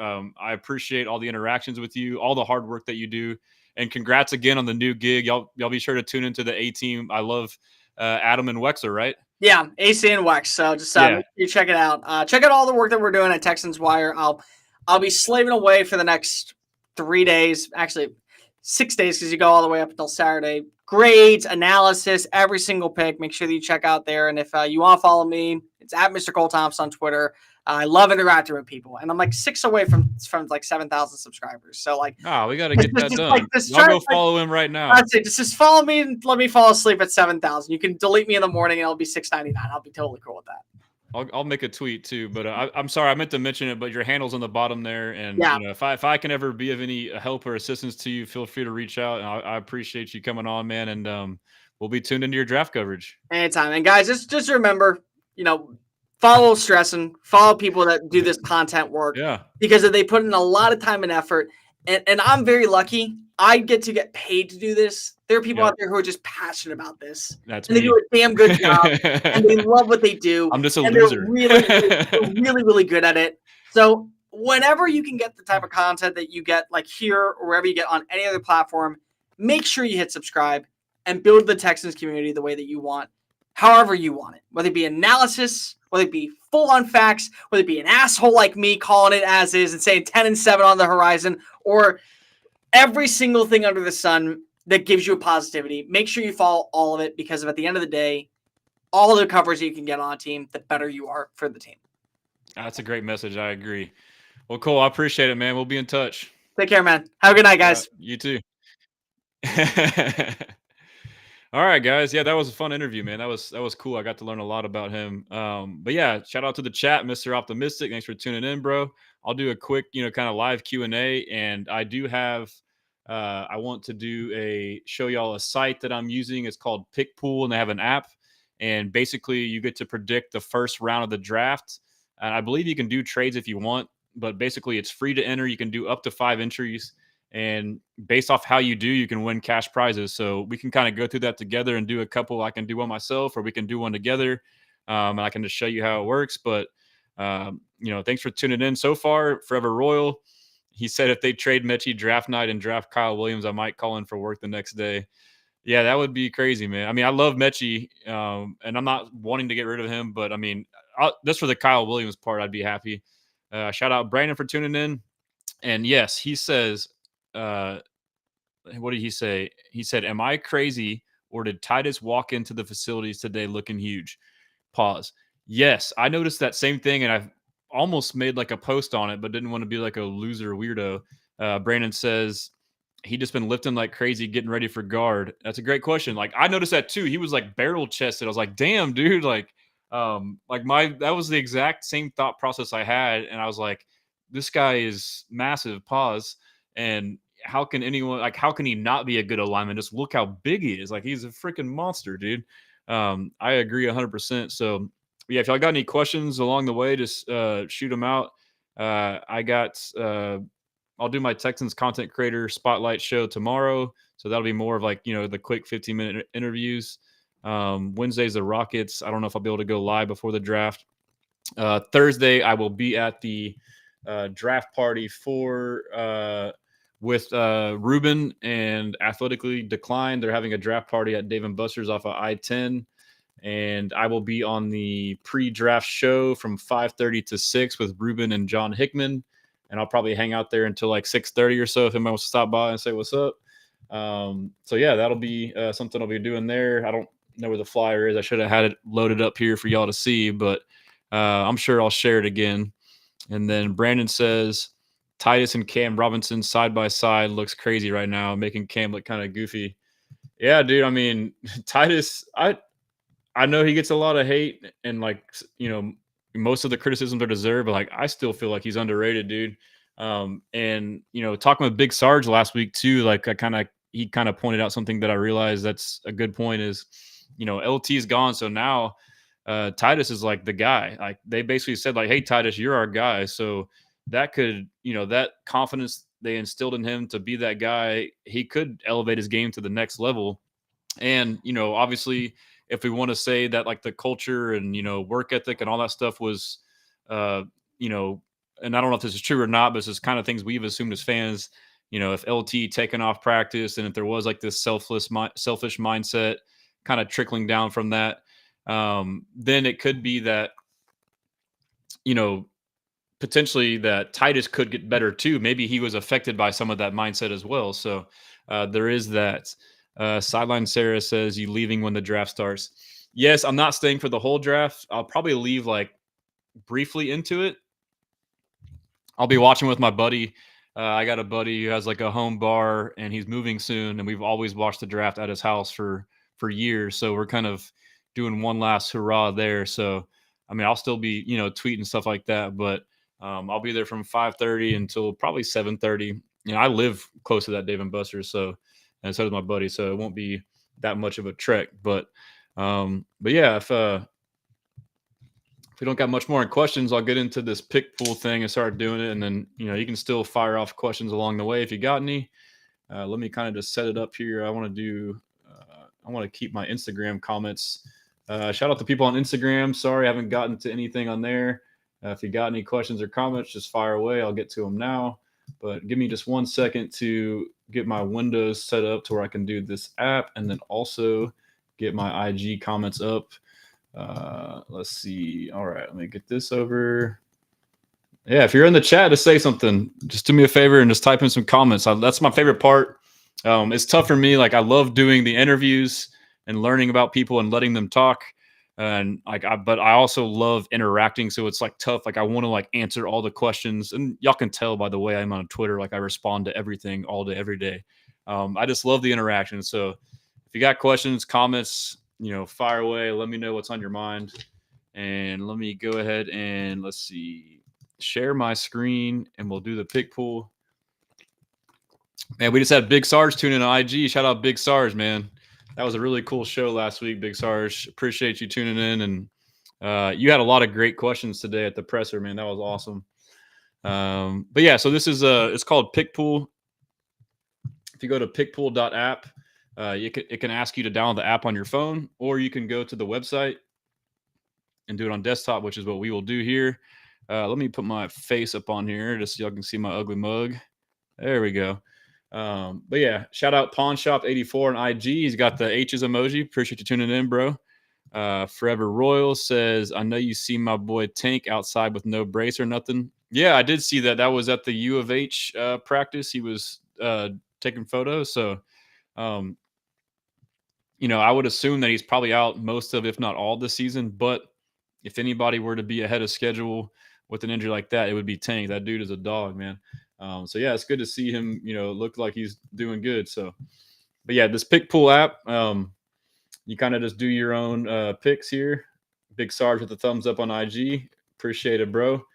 We need those Rockets to win too. I guess we can talk about the Rockets too. I haven't talked about the Rockets. Talking about, y'all know me. I'm just a Houston sports fan through and through. All Houston sports. Where'd my face go? What am I doing wrong? There we go. I'm kind of messing this up, but why is it doing screen? Let's see here. 1 second. Why is it whatever? I'll just do like this. Yeah, Rockets, man. I'm optimistic. I think the Rockets will still win the series. I thought that game, like the first quarter and a half, we were dominating the game, and we left a lot of easy buckets off the board, missed layups, botched, fast breaks. And I think that came back to haunt us. They kind of got, a little bit of a lead there. And then, we were down 20. I thought the comeback from 20 to get it down to 3 points late or even less than that with 3-4 minutes left was very impressive. I thought for sure we were going to win. I thought we held them to 95 points. Curry hit a bunch of wild shots. I know that's his MO and he does it, but he doesn't do it that often and that ridiculous. He was making shots that were just insane. And he made 4 of them, and they had a couple other, guys doing the same thing. And even with that, you still held in the 95. And on top of that too, a lot of their offense was because we were turning the ball over on our offensive side of the ball, giving them easy buckets. So, so to that end, I would say too, also, another thing that I noticed was the nerves were a factor. We had these young guys, first playoff game, they're hyped. They don't know what to expect. They were just kind of in over their skis, specifically Amen Taunton and Jalen Green. And, they had times where they just wouldn't calm down and see the court. They would just, go frantically right towards the rim and, lose the ball or get it stolen or drive right into, a double or traffic and not, hit the open guy. So I feel like that was a factor that should be done. I felt like the Golden State Warriors had crazy luck shooting that will regress. We had terrible free throw shooting that will improve. We had terrible 3-point shooting from Fred, which was obviously, I know he's not the best, but he's a 30-something% shooter. And our team is also at that range. So I know we're not the best 3-point shooting team and we're the worst free throw shooting team, but the season-long percentages for both compared to that one game are way off. So those things should kind of revert back to the mean, and that will help. And then the turnovers with the nerves should revert back to the mean after, slowing down. We dominated the glass, especially the offensive boards. Steven Adams is a beast. Şengün's a stud. He played awesome. I expected him to ball out. But yeah, I think Jalen Green will play better. The one thing they talked about in his presser, and also I think Ime and also Fred, was the spacing. Our spacing was terrible, and that seemed to be true. We would always have 2-3 guys in the same spot. So that was a big thing with Jalen. And then also with Jalen too, they game plan to take him away. So now he needs to adjust to how they were attacking him. But, I think that our youth is a big bonus in this long series. The longer the series goes, that favors us. And then our physicality, we're the more physical team. It'll wear on them. The longer the series go, it'll wear them out. So I'm confident, it's basketball. I understand the critiques oh, we're an overrated 2 seed, but we're the 2 seed for a reason. Everyone plays the same amount of games. You can't make the schedule thing. You play pretty much all the same teams. The way we play, I get the closer argument that I think will be an issue at some point, but I think we can get by in this series without it, through good defense. And I think you can have enough possessions with Alpi, kind of being the guy to start the offense and maybe kick out to be a closer, hit someone open on the 3-point line. But I'm optimistic, man. It's just crazy. It's basketball. It's one game. Yes, teams lose a game all the time and still win a series. I get that it's at home, but we're good. Stop stressing is what I'm trying to say. Trevor Royal says, I'm the same with Houston sports, but I'm still trying to genuinely fall in love with the Dash and Dynamo. Yeah, unfortunately for me, soccer, I'll go to a game, but it's tough. Royal says also RIP to the Roughnecks. Seems like they'll never shake back. And I'll be honest, I haven't really tuned into the XFL or whatever it is now. Unknown says, see them going when these other teams have way bigger needs, and it just feels weird knowing the receivers are so good. I'm not sure what he's referring to, something in the draft, but yeah, so we'll get to the pick pool here. Let me share my screen and do the pick pool app. And there we go. But let's see if I can do it bigger. Y'all can't really see that, huh? That's weird. Can you switch it? Let's just do it like this. Oh yeah, I guess we can cover the presser today too before we do the pick pool app. I'm kind of all over the place, but Mr. Optimistic says excited to hear CJ having more input on the new offense. So yeah, let's do that. Let's listen to a couple clips that I clipped up today from the presser. And why is it doing this? I don't get it, dude. All right. Add media source. Screen. Dude, I am such an idiot. One of these days I'll figure it out. One of these days. Always having technical difficulties. So, but yeah, let's just go through some of the clips. There was a lot of good audio. I mean, it was. I have several more clips I have ready, but I was like trying not to flood too much. There was just so much good stuff said today by Will, CJ, DeMeco. But yeah, let me kind of scroll through and kind of recap that. Let's see. I'll share my screen right here. Share screen, and we got right there. Share, and boom. All right. And let's see what we got. Brandon says last mock draft Monday before the draft. Yep. And so I'll do some. I'm still working on my piece. I'm kind of diving into the visits over the past 3 years with Caserio, and then cross-referencing that with the draft to see any trends. And then I'll do some mock drafts before the draft, and I'll probably do different scenarios where I think if they take this position first, then what that would be, and then vice versa. And I'll probably do some with trades and different scenarios. But yeah, I mean, I've done some, like, I haven't really, it's hard to finish. I've finished a couple, but I've never really felt good about them. So I haven't really posted any. And then 2 for 2, 2 for 2 today. My guy, Brandon, says Trevor Royal talking about drafts. Unknown says, I did my mock draft Monday, but I'm making one for 3 days, making sure it's pinpoint if there's no trades and stuff. Yeah, so that's kind of how I am. I'm such a perfectionist. I want even though it's going to be way wrong, I want it to feel like it's as close as it'll be. So, but as far as today, he talked about Jalen Petrie's extension, which I love. And then, which, to me, it's like it was a no-brainer. He talked about him being epitome of Swarm, essentially. And then, yeah, he did say this today too, which, let's see here. That's always the big talk in the draft, need best available. For us, we're going to take the best guy on the board. We won't just pass up a top player on our board just because we have a need at a certain position. It's okay to enhance and have a really strong position group if the draft falls that way. So you go in, there's no handcuffs on, hey, we have to draft this certain position and we're stuck at only looking at this position. No, we have a broad view of how we want to enhance our team, and it's not just looking at it, and I guess in a tight lens of it's only one way. We open, if it's a position there, if it's a player that can really change our team, we're going to take that guy. So that's where we talk about not truly drafting for need. We want to take the best players on our board. Yeah, I think Cole, we talked about this earlier. He says they say this, but they still kind of do it. This is now twice. Caserio last week saying we don't draft for need around here, and then DeMeco saying it. I think I tend to agree with Cole. He's basically said they just don't want to, or I think I heard Aaron Wilson say this on James Roy's show before this. Shout out James Roy. But they just don't want to sound like they're ignorant. And they don't want to sound like they don't have a talented roster, is what Aaron said on James Roy and Tom's show on the bullpen. And this is a question by Big Sar. It's a good question again. But I take it with a grain of salt. I think that what they do is, from my observations with Nick and DeMeco, and which I think is the best thing to do, is to have a blend. You have your group of needs, which is receiver, interior D line, and offensive line, guard.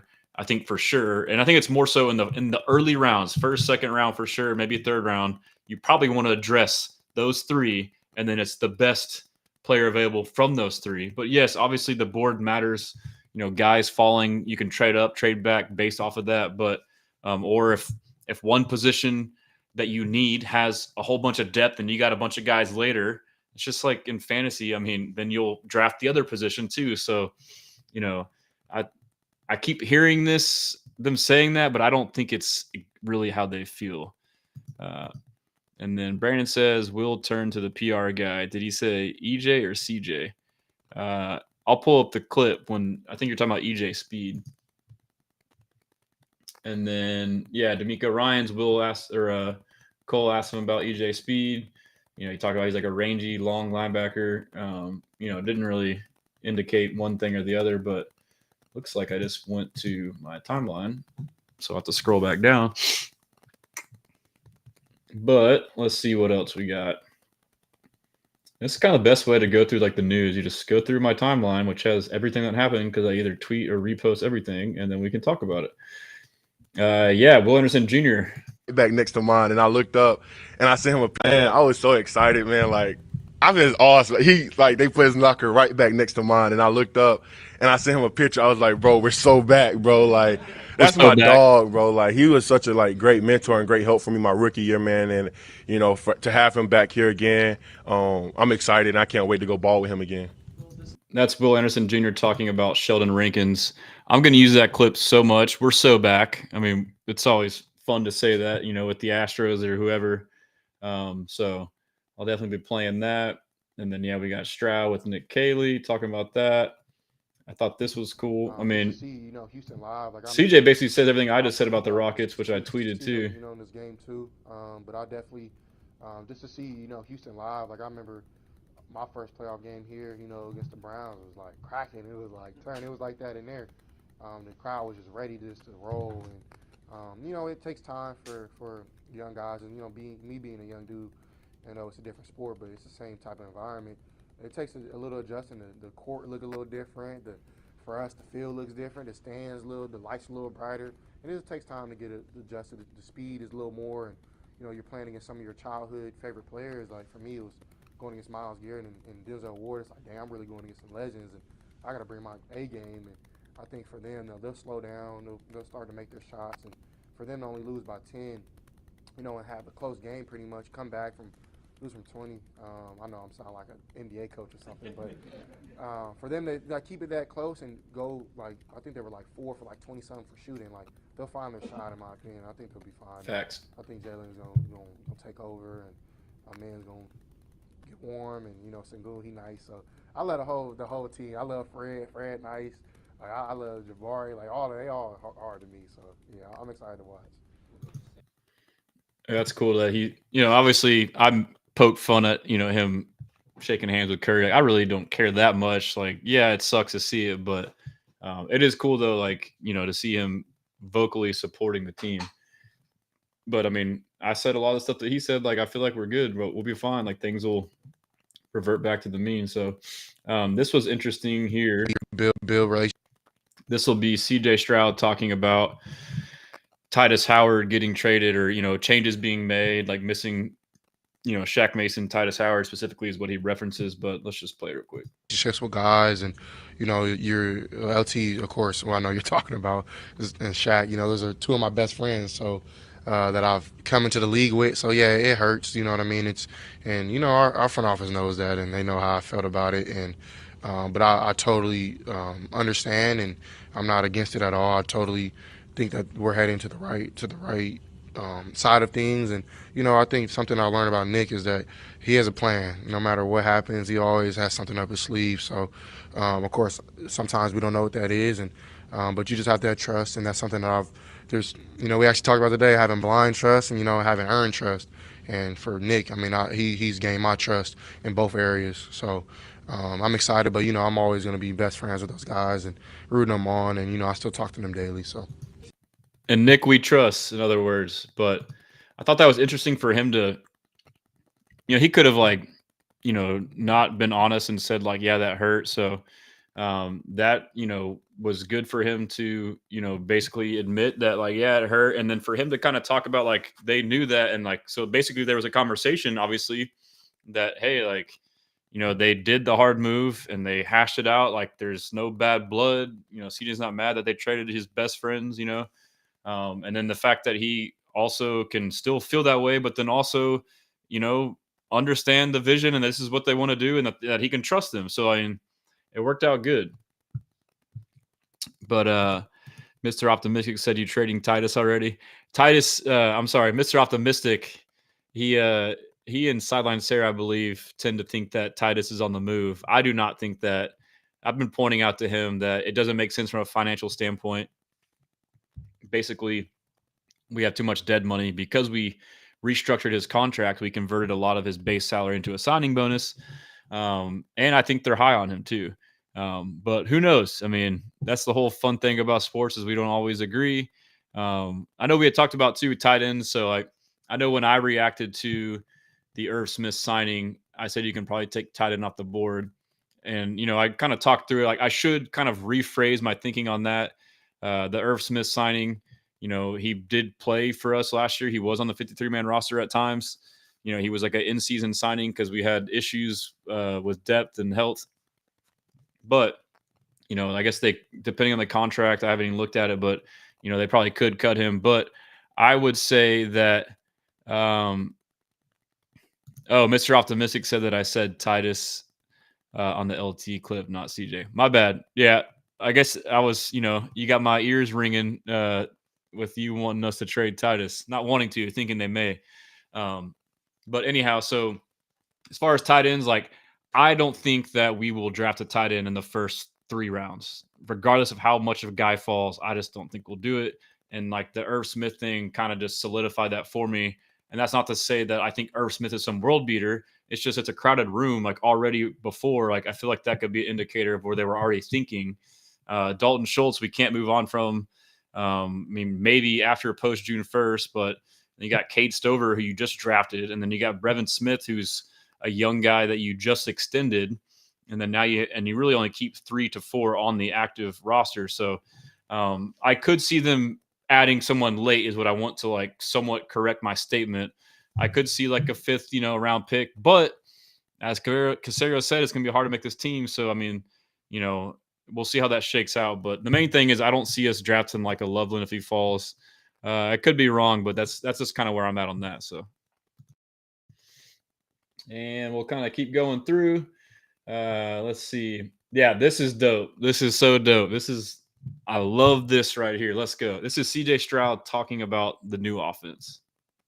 Yeah, I mean, he comes from LA and New England, and he's gonna bring some of that swag over here. So, that kind of is what I'm used to is taking control and being a little more pre-snap. Having tools to put my guys in the best position, and that's something that we really didn't work on these last 2 years. But even those principles I learned from, and it made me better because it added a new element to my game. So.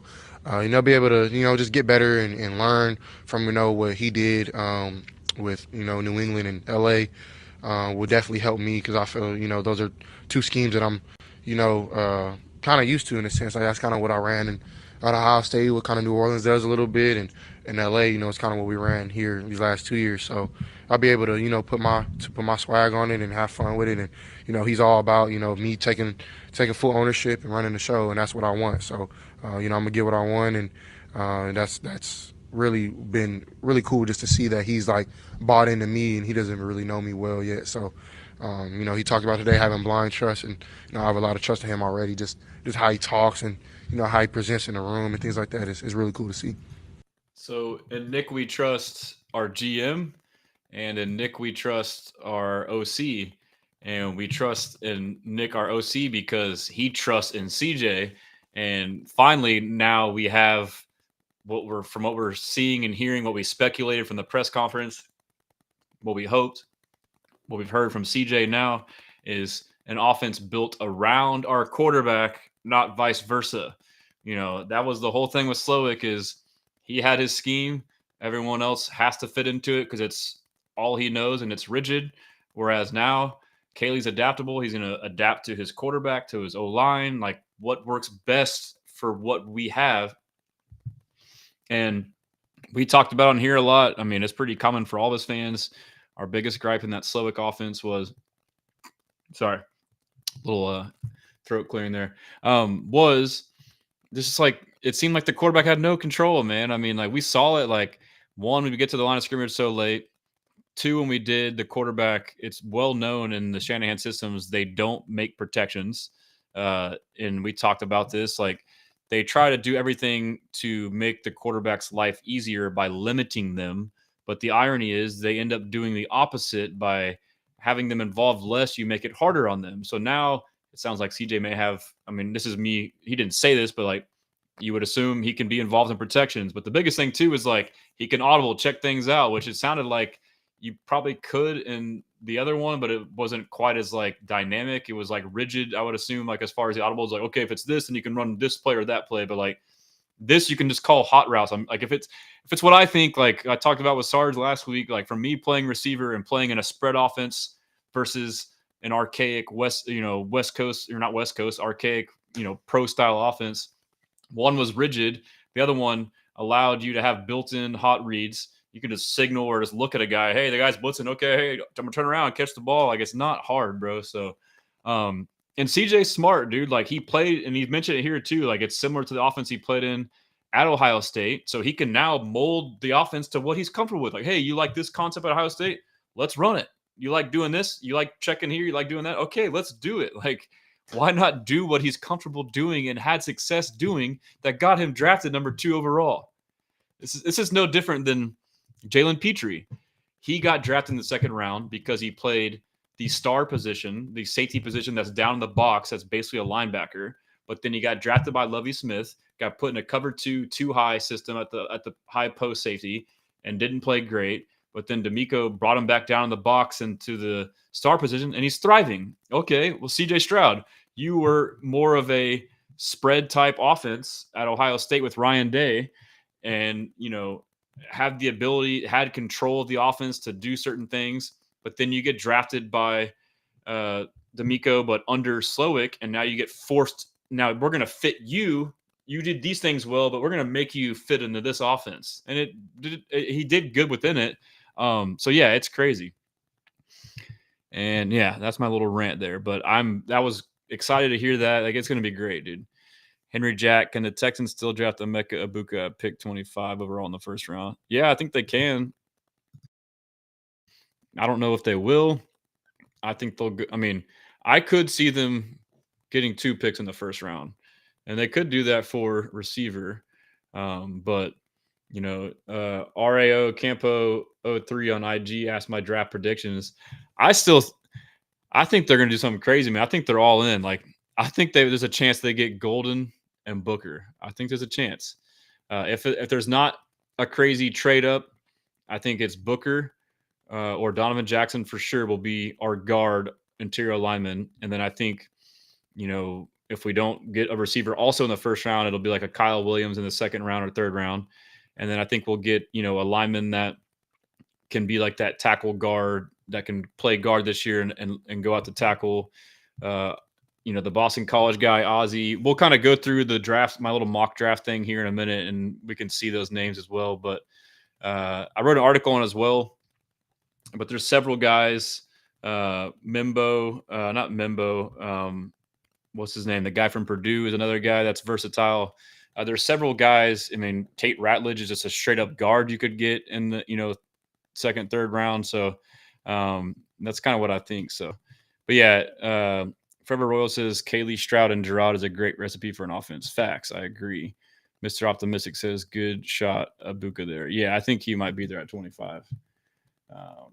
But going back through the timeline, the interviews, and so this is like, Nick and DeMeco are kind of like teasing us all week about the draft, and I think this is potentially part them signaling they're open for business, and just keeping people on their toes. But I think it's also like they really don't know. Like they're signaling like we're down to improve, and it depends on the way things go. So here's DeMeco.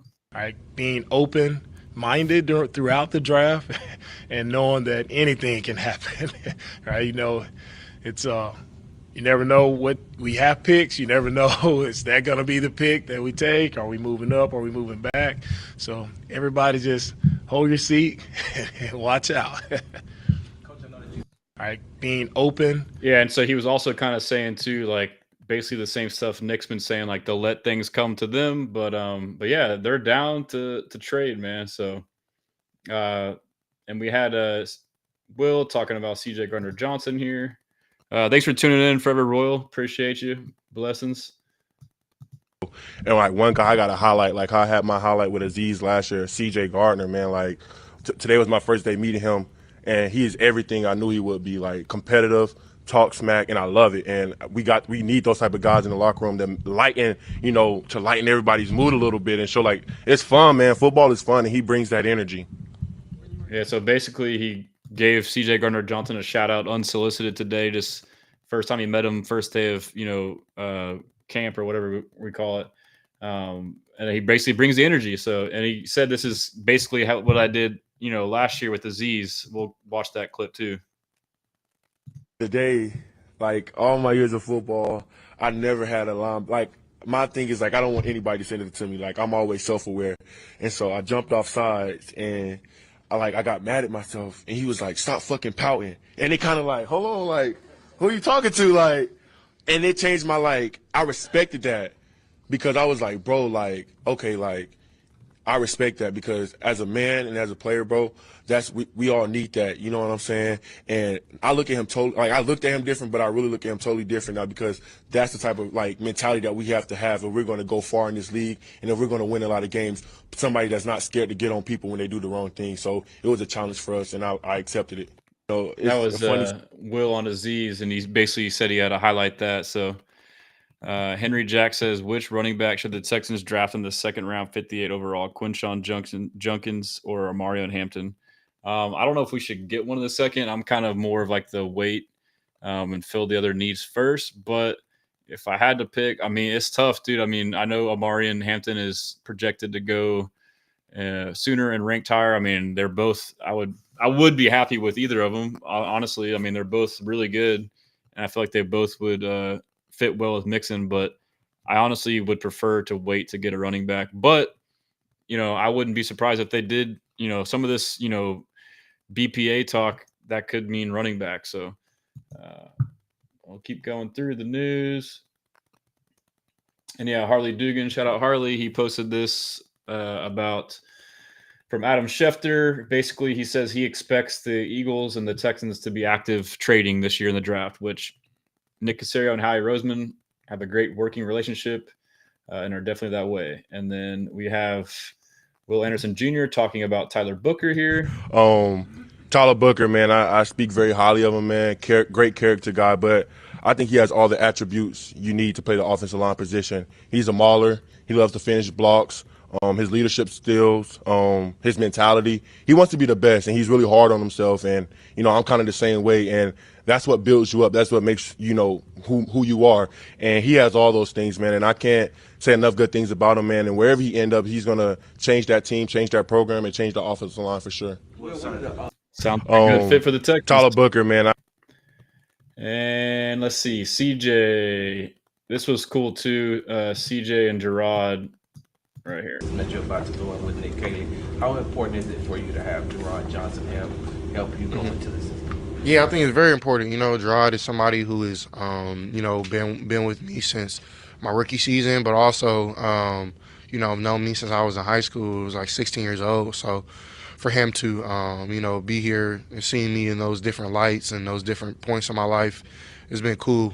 So I think it's be great for him, for him and Nick, because, Gerard is specialized in quarterbacks, and I think Nick is going to lean on him a lot in that area, and he's going to give him a lot more responsibility, which I think Gerard is due for, and I think he's going to do great with it. And I told him, man, he's one of the best coaches I've ever worked with, and just the way he thinks, the way he operates, the fact that he played, and really just, just a human being he is. And I'm excited to see him elevate just as a coach and to be,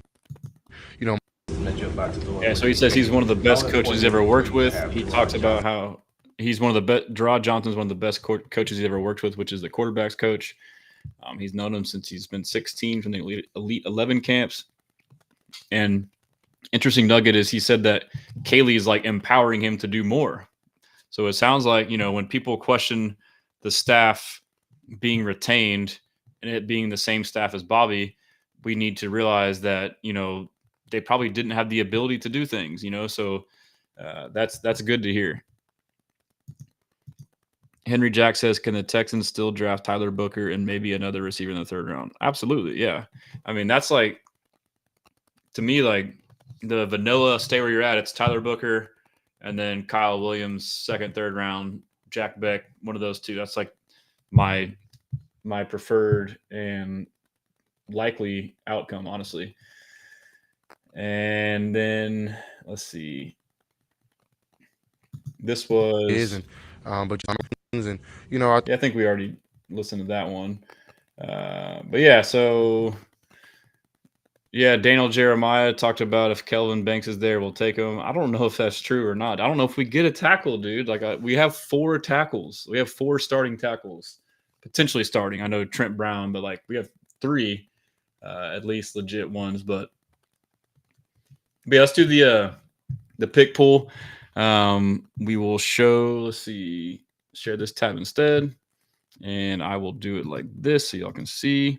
But yeah, so. What we're doing here, this is play.pickpool.app. It's a website. You can go there, or you can do that, and it'll take you to download their app.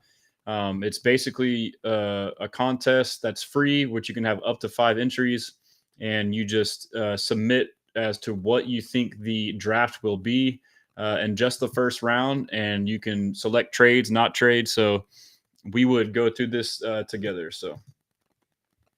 Yeah, and then Mr. Optimistic says Banks would play guard this year. Yes, but to me, like we talked about with Cole earlier, he didn't play guard his entire college career, so it's an unknown. To me, it's do you want to a team that's in win now mode draft a tackle and play him at guard right away and hope that he produces, or just get a plug and play guard? That's my logic. I would much rather take Tyler Booker or Donovan Jackson. But back to the pick pool app.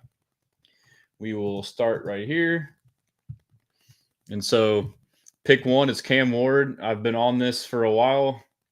I've known Cam Ward. He played at the same college that I did. I've been involved with that program. I've watched every game of his career, including his first ever spring game in person. Right then and there, I knew he was an NFL quarterback. I said it to my buddies right then and there. I mean, he's still underrated as a number 1 pick. People don't talk about him. You know, people were saying Shedeur is going to be the first pick overall before the season last year, and now it's like clear as day. He's an absolute stud. You know, it sucks that he's going to the Titans, but, you know, I think he will take a little bit of time to develop. I think the one thing for him will be he'll be trying to play too much hero ball because he is an athlete, a sneaky athlete. You know, I think he will try to hit too many home runs and extend plays and maybe have some big negative loss plays, but he's got crazy arm talent. He's got insane natural pocket presence, pocket mobility. And he's just a playmaker. He's playing basketball out there. And so he's definitely a good pick. So give me 1 second. I'm going to pause it real quick. I'm going to play an ad while I pause it.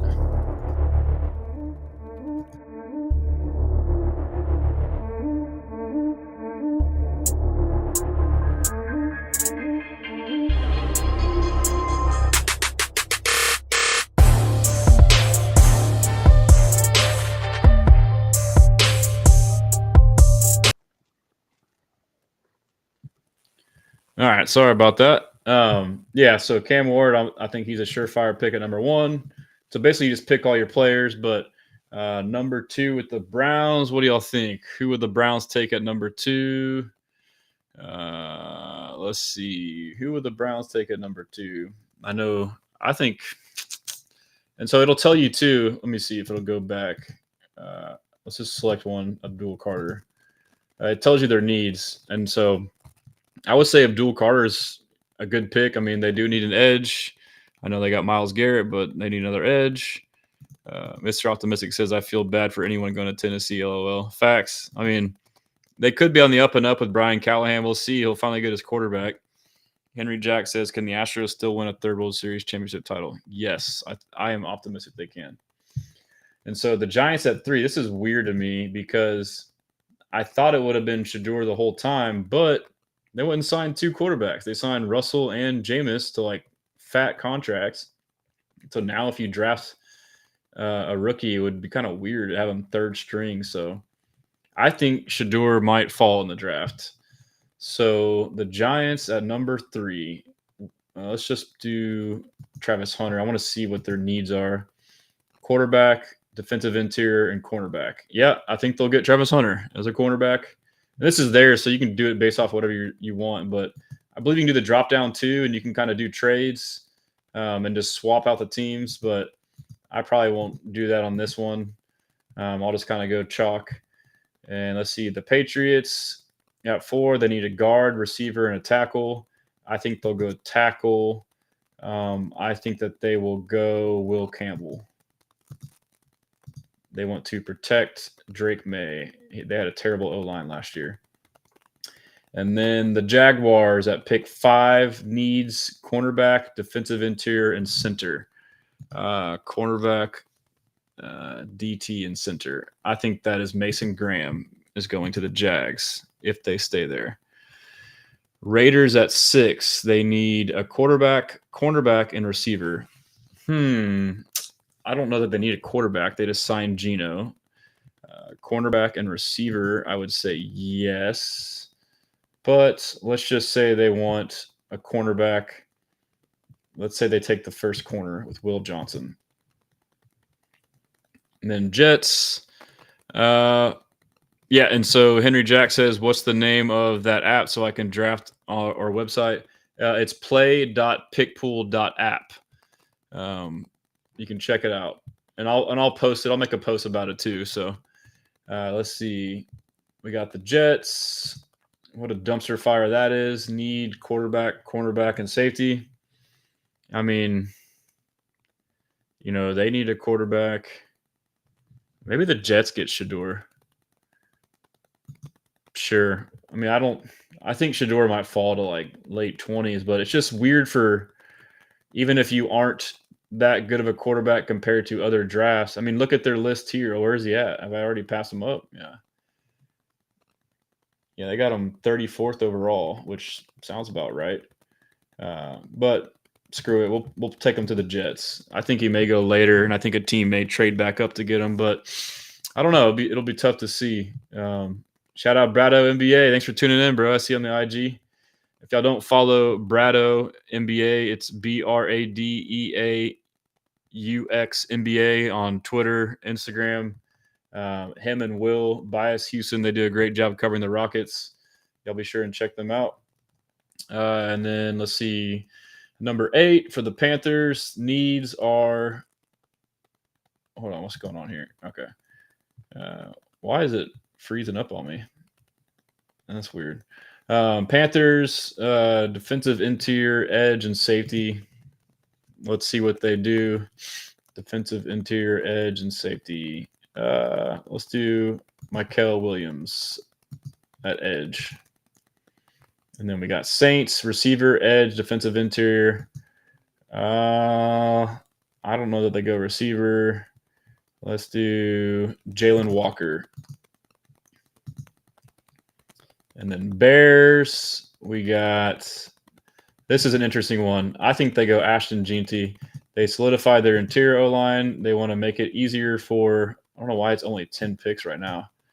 Let me just do this. Stresson's stream. And so I think they go Ashton Jeanty. Let me submit it. I don't know why it's only the first 10 picks. So you got the terms and conditions here. That's a lot. Submit draft. I may have to go back and edit this since I only got through my first 10. So let me see if I can go to view my profile. And can I look at my drafts? Oh, let me go back. I want to see my entries. Where are my entries? How to play my drafts on the bottom here. Okay, cool. And so this one is the one I just did. I need to edit it, and I don't know why it's not letting me do the full deal. But yeah, so I did one earlier on my phone. Maybe that's why phone and not. So, but I'll just go through the one I did on my phone real quick. This was the other day messing around, but I did Cam Ward at 1 to the Titans, Abdul Carter at 2 to the Browns, Shador at 3 to the Giants in this one, which I don't know if that makes sense or not. I'm just befuddled by what they're doing. I mean, they're a weird franchise. Terrible owner. GM. Let's see. Travis Hunter I did to the Patriots. I did Mason Graham to the Jags. I did Jahdae Barron at the Raiders. I did Will Johnson to the Jets. I did Michael Williams to the Panthers. Shamar Stewart to the Saints. I did Ashton Jeanty to the Bears. I did Membo to the Niners. And I did Tet McMillan to the Cowboys. I think Tet, if he's there for the Cowboys, he's going there. I feel like they need an X receiver. They've needed one for a long time. This one I got Will Campbell going 13th to the Dolphins, man. And then Tyler Warren to the Colts. I feel like that's like a pretty common no-brainer pick in my opinion. And then Jalen Walker I got to the Falcons. Kenneth Grant to the Cardinals, who I like as a nose tackle. Texans could get him. Walter Nolan to the Bengals. Kelvin Banks to the Seahawks. James Pierce to the Bucks. Matthew Golden to the Broncos. Trey Amos to the Steelers. Colston Loveland to the Chargers. That makes a lot of sense. Mike Green to the Packers. Josh Simmons to the Vikings. And then Tyler Booker to the Texans. I mean, that makes so much sense to me. Josh Connerly Jr. to the Rams. Donovan Jackson to the Ravens. And Donovan Ezwiraku. I should know these guys' last names, how to pronounce them. I know who they are, but to the Lions, they need another edge. Gray Zabel to the Commanders. Luther Burden to the Bills. I feel like that's a good fit. If he falls, Derek Harmon to the Chiefs. And then I put Nick Skirton. That's hilarious. Nick Skirton to the Eagles. So, so that's a cool thing. Just check it out. Appreciate you guys tuning in. JRAL Soto on IG says, what are your thoughts on Nick possibly trading up in the first to get both receiver and O-line? I think it could happen. People will call me crazy, but I think it's pretty likely that it does happen. And I would love it. But yeah, Scott Davis, shout out Scott. Is Cole just looking at his phone whenever he's not talking? Yeah, I don't know. I think he's a busy man. You know, he was kind of checking in between. So, and then Brandon says Falcons or Bengals really need to trade down and get more picks. Yeah. So that's a potential place for us to trade up to get somebody. But thank y'all for tuning in. I'll be live tomorrow, 9 p.m. for the Content Creator Spotlight.